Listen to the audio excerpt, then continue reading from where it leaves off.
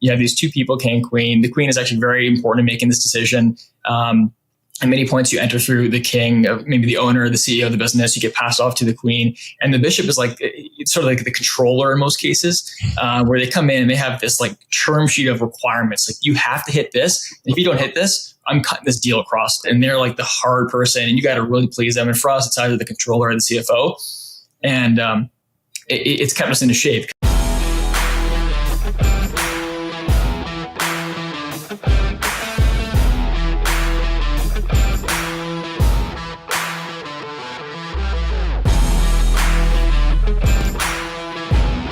Welcome to Digital Hospitality. I'm your host, Shawn Walchef. This is a Cali BBQ Media production. We started this show back in 2017, chasing a crazy idea that restaurant owners, business owners were on the internet. They were curious. They wanted to learn more. And I thought that if I found the smartest people that run technology companies, that run businesses, that run restaurants, and I had them on the show, that I could learn. And not only would I learn, but we would build a community. And the crazy thing is, here we are in 2025, 8 years later, and we're so grateful for each and every one of you that listens to the show, that watches the show on YouTube. We couldn't do it without you, that shows up wherever we go all throughout the country. To our Rising Tides community, we appreciate you. But our goal every single week, every single show is to learn something new and to share the best technology that's happening in our space, that's helping move our businesses forward. If you're a restaurant owner, you know how difficult cash flow can be. You know how difficult restaurant finance can be. It's one of the biggest challenges of our industry. And today we're going to go right after that challenge with our friend, Ty Wilson, who is the CEO and founder of Tab Commerce. Ty, welcome to the show. Thank you. Thanks for having me. The first time I saw you was in that glass cube at the NRA show. So I'm glad to now be talking to you. There you go. So we were recording digital hospitality episodes in that glass cube. We hope that National Restaurant Association show has us back again next year. And if you're watching this or listening to this, we hope that you're in Chicago as well, so that we can record some content with you as well. But Ty, let's get to the elephant in the room, which is I've interviewed lots of tech founders. I'm very fortunate that, having done so many podcasts, I get to the best of the best. I go and I seek them out to have them on the show. I wanted you specifically to tell us the origin story of Tab. Can you bring us to the exact moment that Tab was built, and why was it built? Yeah, for sure. So my background is in restaurants. My parents were in it as teenagers and haven't left. So my family now owns several restaurant locations up in Canada. So I grew up in those, watching them build it. The exact moment, though, was kind of an evolving story, but it really was during COVID. I was actually working in banking. I was at a Bank of Montreal, working in mining, so something completely unrelated, but went back to my parents' house to really just work from home while everything was shut down. Their Wi-Fi had went out, so I actually had to go to one of their closed down restaurants for a few weeks to work from there. So I'm sitting in the middle of the dining room. I have all my 5 monitors there working these crazy hours. And then delivery ended up opening up for a little bit. So the kitchen started to get a little busy during that, but I'm still in this pub dining room. And my mom starts handing me checks in the morning to bring down to the kitchen to hand to the chef, who would hand to the vendor or the delivery person as they're dropping off their products. And then I would grab the paper invoices on the way back to bring it back to my dad. He would give us my grandma to input to the accounting software. So I was sort of this courier for paper checks and paper invoices. And being in finance and obviously having a bit of a background in tech, I was just looking at that going, okay, there's got to be a better way. And that was the initial moment where, okay, maybe I could do something here. I was trying to find my next move after banking. I wanted to be involved in restaurants, get back into the business. And that was sort of the catalyst of just seeing that and then just diving into trying to build a solution. Bring me back to finance, working in finance. You said you were working in mining. What did you learn, and how is it applicable now to the work that you're doing building Tab? Well, I didn't expect to go to university. I was initially going to graduate right from high school and then go to the family business. My goal was to try to go to the family business and help grow it across the country. My parents pushed me to go to university. So I went and studied business, thinking that, okay, I'll learn business for 4 years, then I'll be better at, eventually running the family business. So I did that for 4 years, studied finance, but then found myself interested in finance and kind of the global aspect of it. So I really wanted to get into banking, spent 4 years trying to do that, and then graduated into that job. And I worked there for 2 years. And it's interesting because that group that I was in is a very, very good group. It does global transactions across the whole mining sector. And I mean, for me, it was a lot of grunt work on the job. I think more than anything, it almost felt like I was in the dish pit at the job. So I worked in the dish pit growing up in high school. And always sort of kept that mentality of just like put your head down and grind and get it done.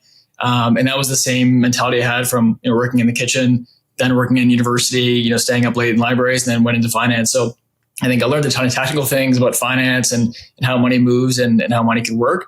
But I think it was just like the hard work aspect of it was really the main takeaway for me. Like crazy hours, some really tough work, boring work at times. But if you just put your head down and get through it, then there's a ton that comes from that. I have 3 letters that are framed right off camera to my left. I've kept them since I got those letters, and they're 3 rejection letters from law schools here in San Diego. So I thought I was going to be a lawyer. My grandfather was a doctor. He wanted me to go to law school, studied, applied, got rejected by all 3.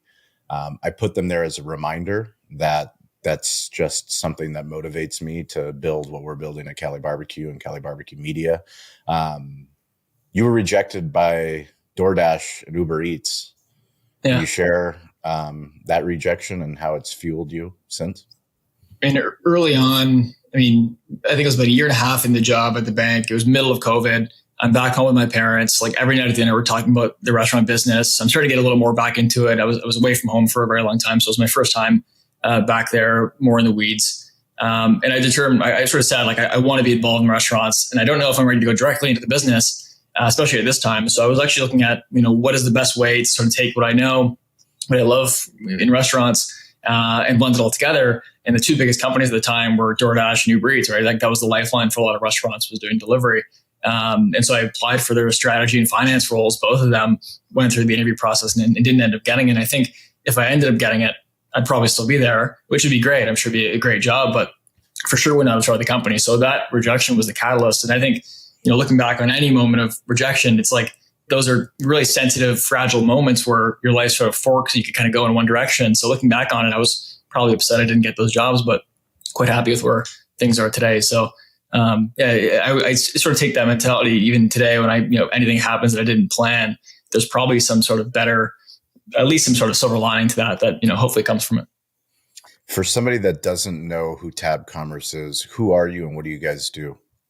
We started a number of years ago around that concept of trying to digitize supplier invoices and payments to suppliers. And so we had really just bootstrapped the company early on, just did some simple solutions around capturing an invoice, processing it, turn the data off. Initially, we did some tools around helping people track their vendor prices, helping people find local vendors. So we were like always in the restaurant back office trying to blend, again, my finance background with restaurants.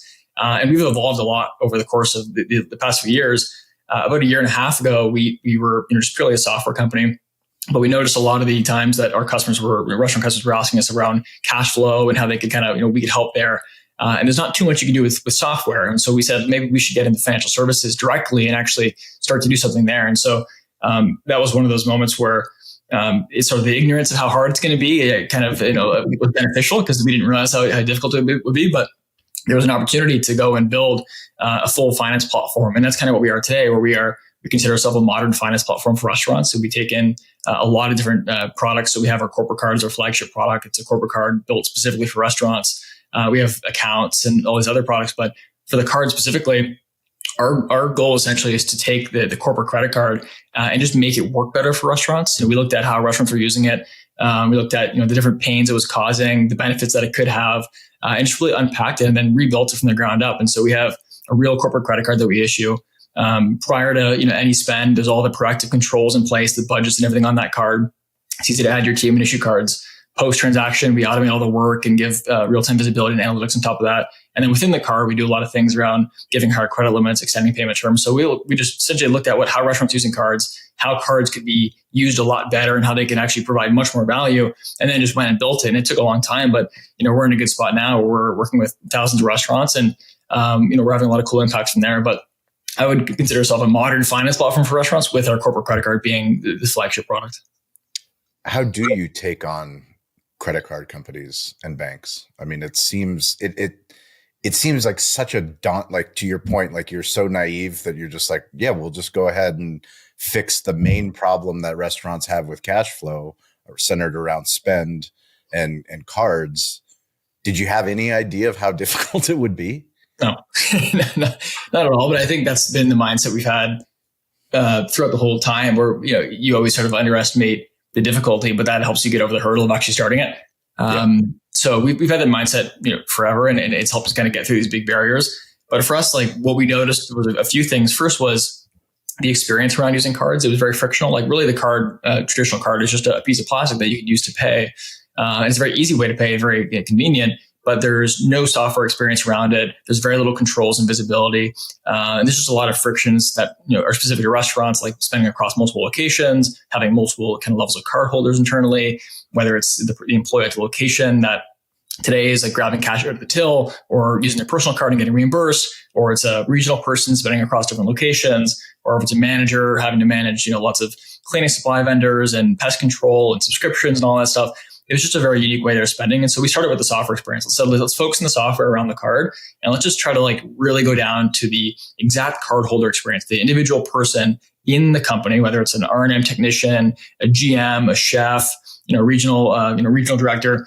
Let's just solve for them first. And so you could solve a lot of their pain points. And our initial pain points were expense reports, helping them capture receipts instantly, attribute spend to locations, do all these things. If you could solve it there and make it easy for them to do so, they're actually going to do it. And then that's going to make the controller and CFO's life a lot easier. And the owner, whoever's closing the books, it's going to make their life a lot easier. And then you can kind of have that funnel of benefits. So we just focused on the software experience. We brought a lot of unique software from previous products we built into this whole system. And then now we're getting a lot more into like the actual cash flow side of things with extended terms, higher credit limits, and all those things. But we just spend a lot of time directly working with operators, like literally being alongside them. We were founded in Toronto, but when we decided to launch our card product, we moved down to the US. Me and a few guys on the team came and moved down to Austin, Texas. That was partially because we have a big partnership with the Texas Restaurant Association. We have a co-branded card with them. So it was just like, you have to be alongside them. You have to figure out the exact workflows and all the kind of nuances that they're doing in the day-to-day.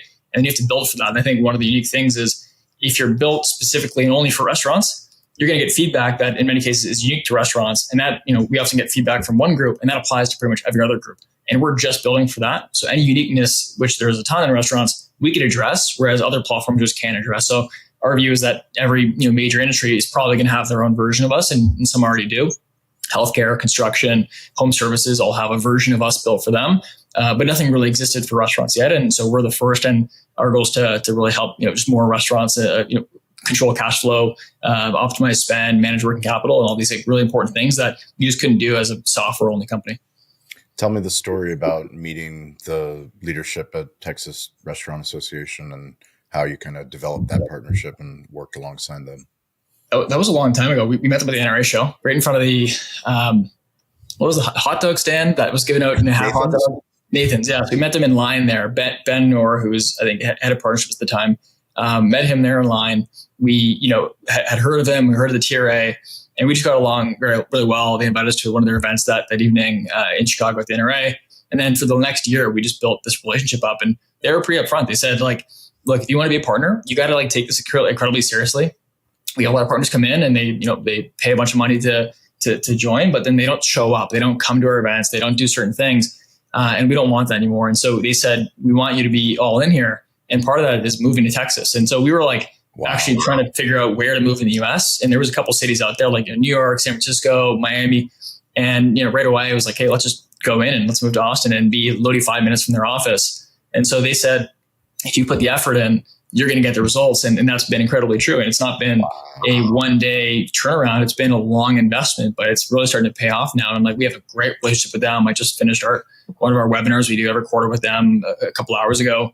And it's been great. They're one of the highest performing associations we work with. We work with a bunch of associations across states and franchisees. And they're just incredible at what they do. They are fantastic. They've been super supportive. Every person in the organization is fighting for Texas restaurants. I think that the results show for themselves just the progress that Texas TRA has had in Texas restaurants legislatively and other things like that. So they've been a great partner, and I'm glad that they were our first partner because they showed us like how it should be and how things are really done. And we've actually been working with other associations and, really helping kind of build the playbook up for what a co-branded card could do and what a partnership could do with a technology company and an association. It's a phenomenal story. I've never heard that before. And to think that you guys literally move 5 minutes away from their office, but especially in the restaurant tech space. I mean, like I said, we're very fortunate to be doing this show and to have our restaurant technology Substack and all the work that we do. But when you think about partnerships, there's something to be said about, there's one thing to cut a check. It's another thing to be active and to participate and to show up and to do the things that actually move a business forward, a partnership forward, a relationship forward. How have you guys kind of modeled that within your own partner ecosystem with who you want to partner with as you guys go to market? I think everything needs to be very relationship based. There's been James, who leads sales for us, came from previous roles, and he noticed across technology that sales became very transactional. It was almost like there was this, you put money in this machine and it comes out in terms of sales and customer growth. And for restaurants, it doesn't work that well. It doesn't work at all. I mean, this is a relationship, human business with hospitality at its core. And so for you to really have you could build a good business by throwing money at it, or you could build a good business by building relationships and really putting the effort in. And we've chosen the latter. So we, day one, built, most of our teams come from hospitality, come from restaurants. Our entire sales team has. James, who leads growth again, was a private chef at one point and spent some time in restaurants. And our goal was like, just always go there. If the restaurant says they want to meet and they're 2 hours away, he'll pull up in his car and drive to Houston to meet them. We'll fly and go and meet a group.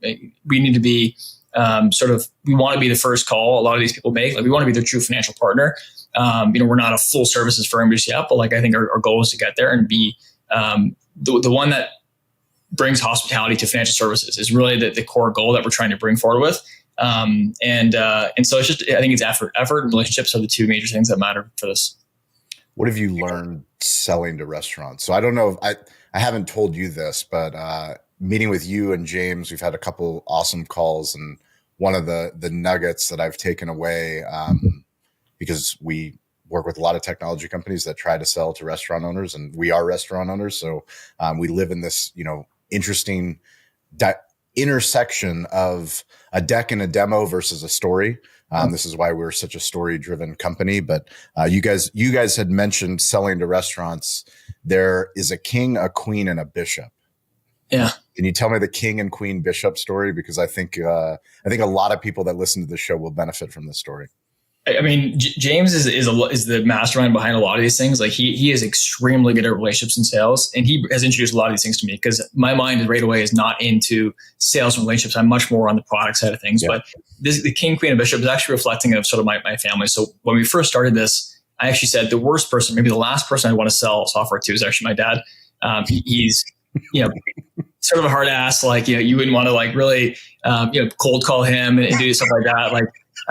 So I mean, I think he just is transitioning to Toast now after probably like 5 years of getting calls and meetings from them. How many calls has he denied Toast until he finally? Unbelievable amount. So I feel like, but he's a pretty good proxy for like the average owner that we go and like speak with, like businesses, and like they're no BS, and it's like they got 1,000 things going on at once. And you're just like some person calling them out of the blue, and you're trying to change things. And like, not only are you trying to sell software, and like ours is a phrase that makes it a little bit easier, but like anything that's change oriented is a cost. And so we're trying to like inject ourselves this completely new company working on a pretty like meaty product, like a corporate card. Like it's not just like some random tool. It's a pretty big product here. So, I mean, this king, queen, and bishop concept is like, there's like almost like it's a family business structure. You have these two people, king, queen. The queen is actually very important in making this decision. At many points, you enter through the king, maybe the owner, the CEO of the business. You get passed off to the queen, and the bishop is like, it's sort of like the controller in most cases, where they come in and they have this like term sheet of requirements. Like, you have to hit this. And if you don't hit this, I'm cutting this deal across fully. So the king, like you get him bought in, you get him excited. Here's what we can do with your business. That's really, that's great. Here's this, next person who's a queen. They get to know you a lot more. They dive in deeper. Everything sounds great. And then the bishop is who they bring in to like really do the audit. And they're like the hard person, and you got to really please them. And for us, it's either the controller or the CFO. And it's kept us into shape because they have a very long requirements list. They're very specific. and they don't want any disruption to their team. It's like they're almost like shielding their team. Like this needs to help their team, but it's definitely I don't want any, even if it helps improve this process by 50 times. If there's one extra new process that's going to make it worse, we can't do it. So it's really forced us to get the product into really good shape.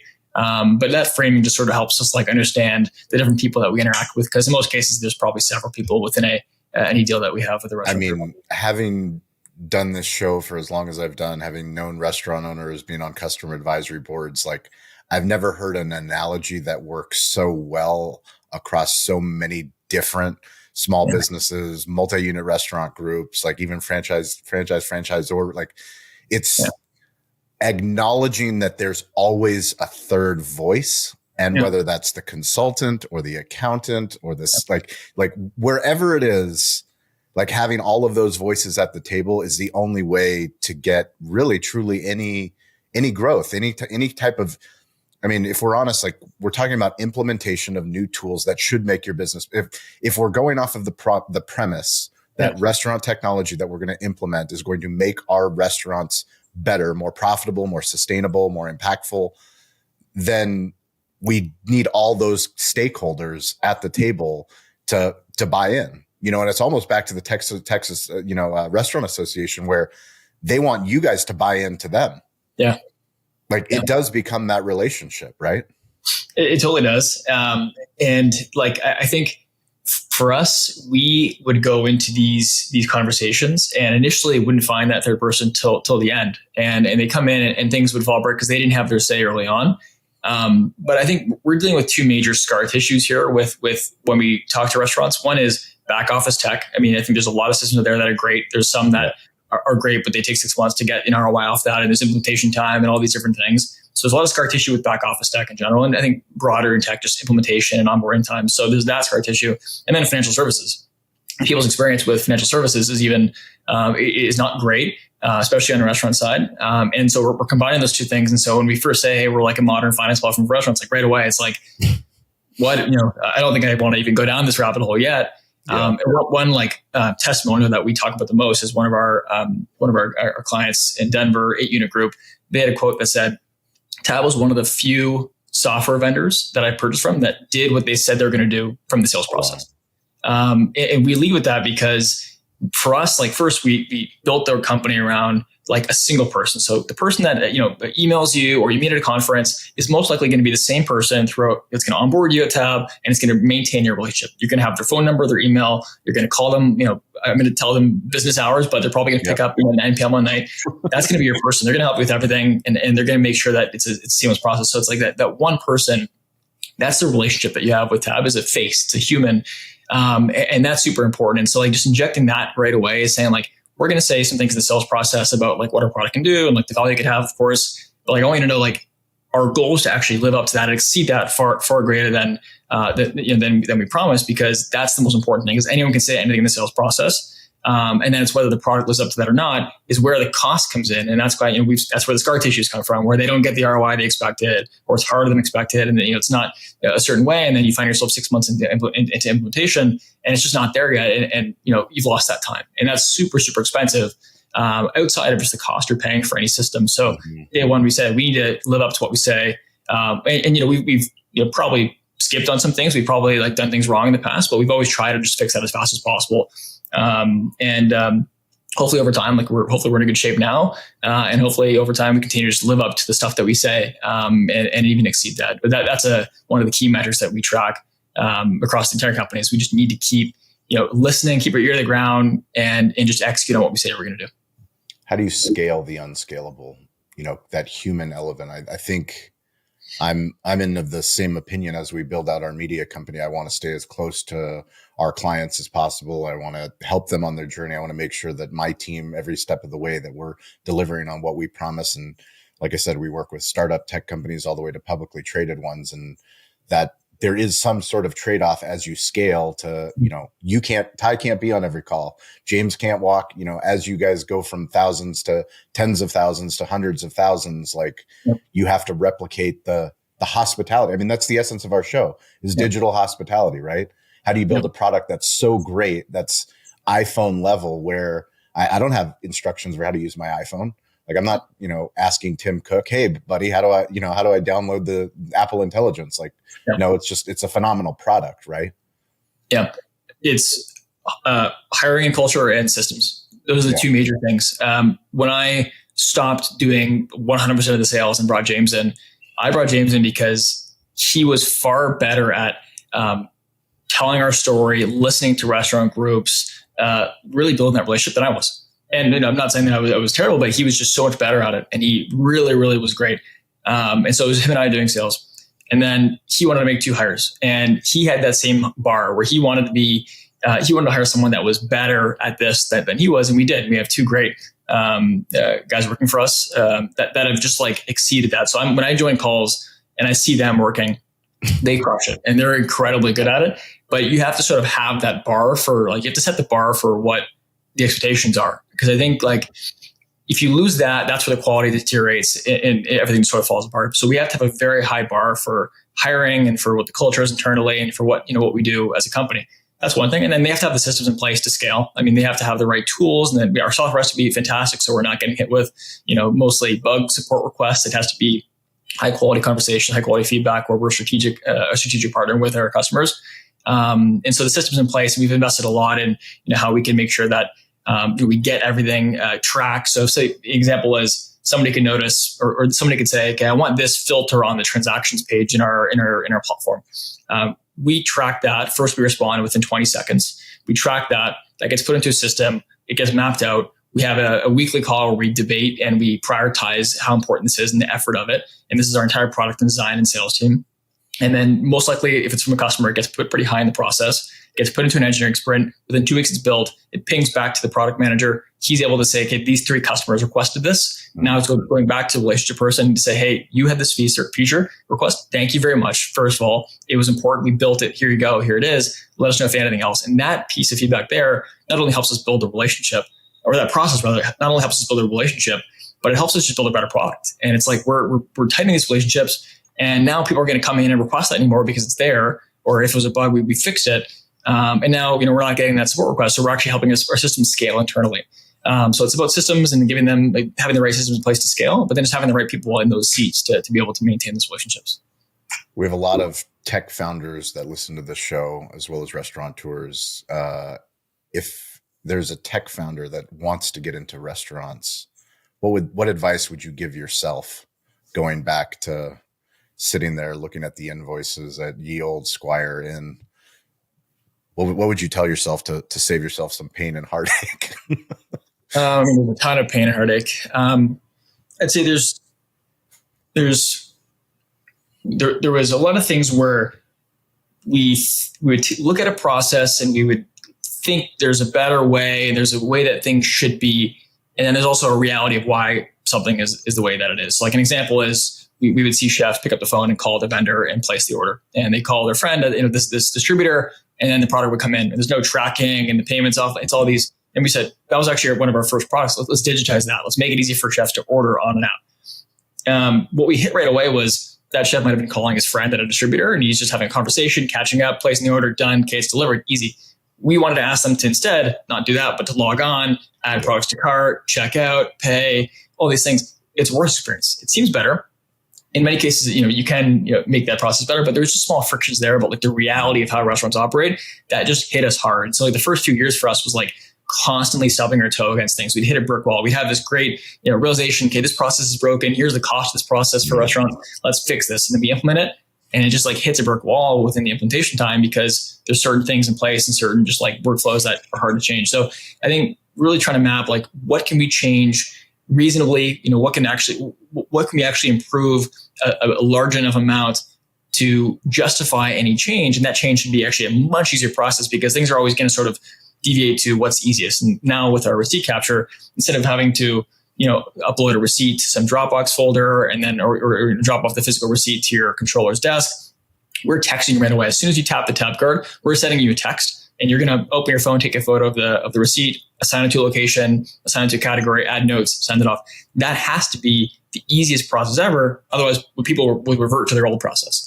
Yeah. And so we just have to work within that. But I had a lot of like these idealistic ideas where it's like, this is how things should be. And here's, what it's going to be like if it is. there's a whole new reality that you have to be in. That's part of like being on the floor, going to restaurants, seeing them use your product, really meeting the people that are doing it. And I think the last thing I'll say is like the product has to have a significant impact on the business, because marginal impacts aren't worth the cost of change, regardless of how much you make that process and that transition easy. It needs to have a significant impact. And our whole goal as a company was, I want to have a 5-minute conversation with a restaurant group and them to say, when can I start using this? And we still have that bar. And for some, we're there. For others, we're not there. And I want to keep expanding that funnel of groups that we talk to, and they want to get started within the first 5 minutes. And that's the bar we hold ourselves to. So we're always looking to make additions to the product, keep expanding our capabilities. Things like the 60 days terms on the card, like that was one where we pushed the envelope as much as we could to like make it so I could explain this product to someone and they would want to start using it the next day. And so just a lot of stuff around that, but you have to be very, very realistic when you build for restaurants, because there's not much room for fluff or BS. Let's explain the 60 days. What is the product? When is it available? And if someone's listening to this, how do they get started? So when we launched the card, it was a secured credit card. So you could load funds into the account, to a tab account, and you could spend those funds. And so for us, this was like the fastest product to launch because there was no credit or anything around it. But that we launched that, and that got us a few hundred restaurants using it, and let us just have time to really hone in this whole software experience around the cardholder experience, the accounting integrations, all that. So we spent a lot of time building that. And that was many, many months. And in the background, we're also going through all the compliance and regulatory stuff with the actual charge card, the 30-day term card, which is what people are used to. So we had this secured card where we had to load funds in. And now we're excited to announce that we're able to provide much, much higher credit limits, in many cases up to 10x higher credit limits for restaurants. We built a lot of this stuff around giving higher credit limits. We noticed restaurants were in many cases paying down their credit card bill multiple times a month, which sort of deteriorates the cash flow benefits of the card. So we could, in most cases, provide higher credit limits, and then also extend payment terms up to 60 days.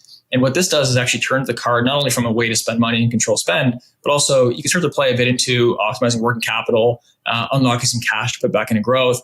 And so for us, this really expands the value of a card, that expands the impact the card can have on a restaurant.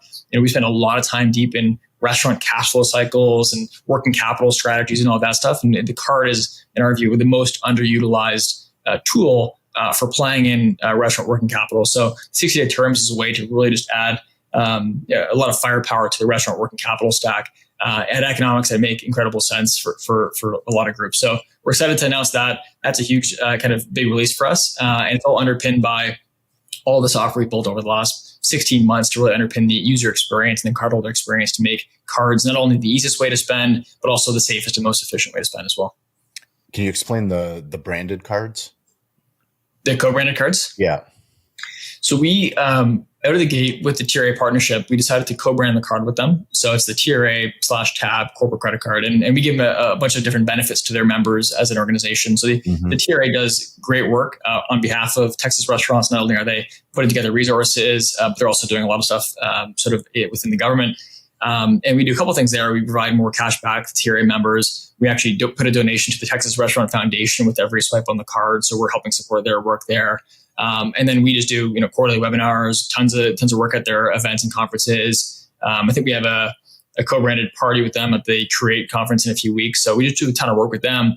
And that was what we only did for a long time. We said, okay, this is a great setup here. Like they're doing incredible work. Like their members are happy, and we could have this win-win-win partnership between us. And we started to expand that. So we work with about 8 other associations across other states, but also some franchisee systems that have associations.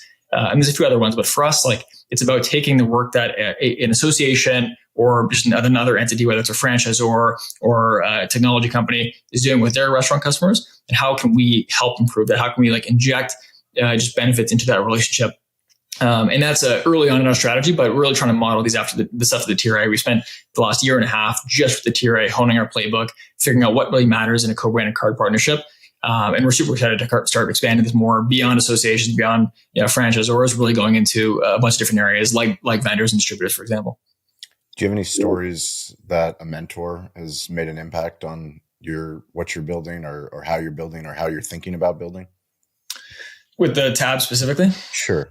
Or just in general. I mean, as entrepreneurs, business owners, like I said, the reason we started this podcast, I knew I wasn't alone. I knew I wasn't like the only crazy person like trying to build something phenomenal, and knowing that I didn't have all the answers. So, the more that I started asking for help, which is something my grandfather taught me, that it's just a lesson that, is still something that I need to remind myself is like, somebody else has built a media company. Someone else has built an agency. Someone else has done this stuff. Like, even though I feel like we're, blazing new trails with Cali BBQ Media, I know that the more that I surround myself with maybe not exactly someone who's built a media company on top of their barbecue restaurants, but, reaching out and getting the advice of others. I think it's for my parents. It's always been from them, where it's since day one. I think hard work and effort's been just like the number one value that my parents have put into me. So whether that's working in the kitchen, in university, banking, now Tab, that is the one thing that underpins everything, is just like the constant force, the constant application of pressure, regardless of how things are, getting up and just getting the work done and moving forward. And I actually was just watching the US Open a few days ago, and there was a sign I noticed on the, I think, entryway to the court where it said "pressure is a privilege," and I'd never seen it before. And that was one thing that was like, King. It's one of my favorite quotes. Just like put everything into one sentence there. And so that's my new favorite saying. It's like that. It's true. Like, I chose to start the company. I chose to work in banking and to go to university before. Any hardship, any pressure, I applied that to myself. And it's you sort of have to feel lucky to have that pressure, because you wouldn't want the alternative, right? I wouldn't want it to be easy, because if it was easy, then there's probably, something that's not working. That's, much more impactful than the hardships going to return from. So, it's all about hard work, pressure. I think that just underpins everything we do. And then we just keep moving forward. Like, Tab was not a straight line at all. It was actually a very, very scattered line. And there was tons of ups and downs, and a lot of time and effort put into this across everyone in the company. And, we probably should have not been around 2-3 years ago. There were many moments early on where it was just 2 or 3 people as a company, and no money left, and like there's just a lot of things that were against us. And I think one of the major benefits we had is we just never died. We stayed alive, we kept learning, and now we're sitting on top of 4 years of just direct learnings from restaurant operators. We've tried every different thing out there. We failed at every other product or many other products. We held a high bar, so we moved away from products that maybe could have worked, but we didn't see ourselves like having a huge impact on the restaurant industry. So I think that's just the one thing. It's just hard work, and that's from my parents. I see it every day. I'm so happy that you share. Pressure is a privilege. That Billie Jean quote it's one of my favorite. And I get goosebumps just from you talking about it and sharing the story, because honestly, it is. If it was easy, everyone would do it. But we know that there's a select few of us. And that's why, we created this show, to create a community of people that are doing things differently. And it's super exciting. The last question I have for you is, you're a new father. So congratulations. Welcome to the club. What have you learned about fatherhood? And as you build this company into the future, thinking of the lessons that your father and your parents have passed on to you, what kind of things do you want to pass on to your son? I think it almost parlays off the last answer, where you sort of just observe, or at least I observed what my parents did, right? You hear what they say, but you watch what they do, and that really goes deep into you. And so now I have this 6-week-old baby who just stares at me all day long. And maybe it looks like I'm not working hard because I'm sitting in front of a computer, but over time he'll realize that I could only show him how to do certain things. And that's what I hope to just like be a great example for him. It's still early on, but I think that, just that, I just want to be a good example and physically do the things that show the values that I want to instill in him, versus just, sort of only speak it. I want to live it. And it adds a whole new layer of pressure, I guess, on top. But again, it's the pressure I chose, and I'm grateful for it. So that's amazing. If you guys are watching this, listening to this, we want you to join our live show. It's called Rising Tides Live. We do it every Wednesday, every Friday. You can go to betheshow.media/rising tides. It's the chance for you to be a podcast guest. We want to hear your story. You can reach out to me anytime. I'm weirdly available at Shawn P. Walchef on Instagram, LinkedIn. Ty, what's the best place for people to learn more about Tab Commerce? We'll put it into the show notes, but let them know. It'll be our website, tabcommerce.com, or our LinkedIn, or my email at ty@tabcommerce.com. There it is. Ty Wilson, we will see you at Restaurant Finance Development Conference in Las Vegas. We are so excited with what you guys are building. We have lots of more stories to share about Tab Commerce and the companies that they're impacting. If you guys listen to this show, if you get their card, we want to hear your experience. So reach out to us. We would love to know that this was the episode that got you guys the product in hand so that you can test it and you can give Ty and the team feedback. And more importantly, you can do a better job with your cash flow situation and not give your money to other credit cards. Yeah. Your car should be delivered soon, probably by Friday. Can't wait. I can't wait to unbox it. We'll do a Walchef Wolfpack unboxing. As always, we appreciate you guys. Thank you for watching. Thank you for subscribing. Reach out anytime. Stay curious, get involved, and don't be afraid to ask for help. We'll catch you guys next episode. Thank you for watching. Thank you for listening. If you've made it this long, you are part of the community. You're part of the tribe. We can't do this alone. We started, no one was listening. Now we have a community of digital hospitality leaders all over the globe. Please check out our new series called Restaurant Technology Substack.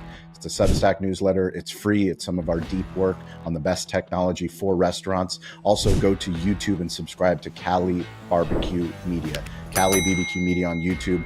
We've been putting out a lot of new original content. Hopefully you guys like that content. If you want to work with us, go to betheshow.media. We show up all over the United States, some international countries. We would love to work with you and your growing brand on digital storytelling. You can reach out to me anytime at Shawn P. Walchef on Instagram. I'm weirdly available. Stay curious, get involved, and don't be afraid to ask for help. We'll catch you next episode.